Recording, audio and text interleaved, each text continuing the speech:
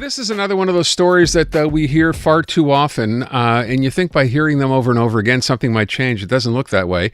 So, story about a developer here in Montreal who has decided, it looks like, to renovate some tenants. Now, in December, it says he purchased two neighboring buildings. So this is on 4th Street, so downtown in the Ville-Marie district. And tenants there are now alleging that he's already begun pressuring them to terminate their leases. And apparently, from what I've read, and maybe our guest can straighten this out, he's done this before. You buy a building, you fix it up, you kick up people, you fix it up, you charge more rent when they're gone, right? So that's what's happening here. Manuel Johnson is a tenants' rights lawyer. He's on the line right now. Mr. Johnson, thanks for being here. Can you fill in the blanks? I mean, I'm talking about this story as I read it in La Presse. So what do we need to know here?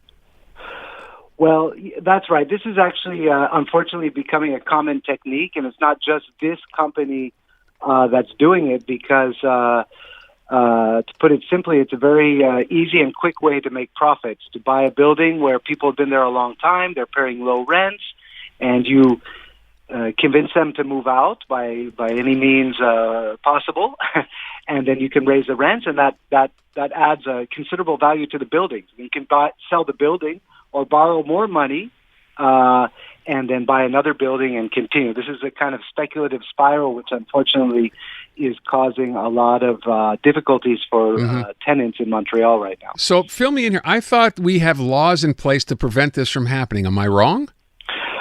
Well, and the laws do protect tenants, and they guarantee their right to maintain occupancy. But there's some big holes in the laws, and the laws have not been updated to take into account that more and more what we're seeing are these big corporate landlords, no longer just like the duplex and the triplex and the owner occupant is renting out. It's really these financialized corporate entities which are looking for opportunities to again, render massive profits to their investors. So the law doesn't take that into account. It's like we're still back in the 70s when it was, again, just small landlords. Right. But the reality has changed, and the law needs to be updated to make better protections for the tenants. So with respect to better protection, as I understand this particular case, this developer comes in, the owner of the building now, tells them there's going to be work done. I can pay you to leave, and then offer them a certain amount of money. If they choose to not take the money, decline that payment, what happens? Well, and that's what we recommend people do is to not give up their apartments for a relatively small amount of money. But the problem is people get scared, and they get scared because obviously they feel they're going against a powerful entity, but also they get the message that if you do stay, life is going to become very difficult in this building. There's going to be major repairs, there's going to be dust, it's going to be noisy, and we're going to raise the rent substantially. So people get discouraged and stressed out, and they think about their families, and they move on. So what's the advice? Maybe this is an unfair question to ask you. I understand you're helping them legally here. What's the best thing someone can do in a situation like this? You're approached by your landlord, by the building owner, told, as you just described, that this is going to happen. You realize it's going to be as uncomfortable for you as they can possibly make it because they want you out of that building. What should you do? What's your plan of attack here? Well, the first thing is to never sign any documents that are presented to you on the spot in this way. If they're proposing some kind of agreement, ask them for a copy. Go and see your local housing committee. Go and see a lawyer. Make sure that the document is, first of all, legal, and also evaluate your options. Dealing with major renovations in a building can be uncomfortable, can be difficult, but what are the alternatives right now in today's rental market in Montreal? So don't make any. The main message is don't make any hasty decisions. Really inform yourself on your rights and get legal advice if necessary. I would just ask the part about don't do anything rash, I guess, makes the most sense. I know we've heard that before, right? Just relax, take the documents. You're not, if you don't sign them that minute, nothing is going to change. But I wonder, too, in the case of people who do decide at one point, as you just said, they get scared to take the money, the consideration has to be, as you just said, we're in a really, really strained rental market right now. Mm-hmm. Never mind you're going to pay more. Good luck even finding a place. That's it. So even if you're able to negotiate, because frequently what we see is the longer people hold out, the more compensation they get. That's not the message they receive.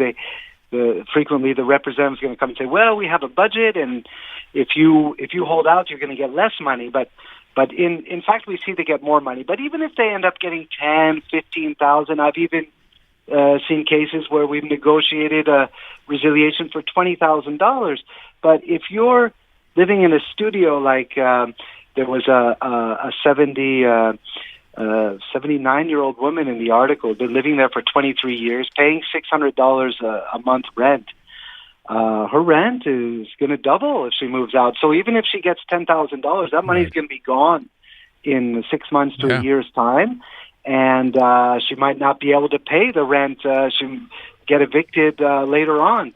So it's really, tenants right now are between a rock and a hard place. And we do what we can to help them. And there's very brave tenants that fight back. But in the end of the day, it's up to the government to tighten up the rules, make sure that these companies that are speculating, the government has the possibility to limit their profits in those circumstances. That's what needs to be done, really. Instead of the burden being on the tenants, they always have to contest and fight back and hire a lawyer and be stressed out. If we make it so these real estate companies, these massive real estate companies, are actually not able to turn big profits with these operations, and we can do that by also tightening up the credit rules for these kind of things, and I don't know, putting some kind of tax or whatever. But because it's the financial gain that's there, and as long as companies can make a financial gain, they're going to do what a company is legally obligated to do, is maximize their gain. So I'm going to run out of time, but in this particular case, I understand, so you have 30 of these tenants now who all got together to attend a meeting. How is this one going to end up playing out? I'm sure the developer's not happy to have the publicity around this. How do you see this one ending? Oh, well, it's hard to say, and in the end of the day, 30 people came to that meeting. Some people may decide to fight back, but in the end of the day, there's 150 dwellings there. And what I've seen time and time again is the few individuals that I can help, maybe they're going to stay. But the rest, the majority, they're going to leave. And the developer's going to make his profits anyway. So it's a risk for him. It's an acceptable risk. I'm sure he doesn't like the publicity. But it's most of all, again, I hope that the publicity can lead to legislative changes. Yeah, ultimately, it seems like that's what's necessary because, as I said when we started, there are too many stories like these that we are hearing these days. Mr. Johnson, I want to thank you so much for your time. Appreciate it. Thank you for having me. You bet. Manuel Johnson. And again, this is a building right in the heart of downtown on 4th Street where these 30 people are going to basically be forced to leave. That's kind of rough. Woman there, 23 years in one apartment, 79 years old, paying $600 a month no matter what they give her. Good luck finding a place where her rent won't be at least double.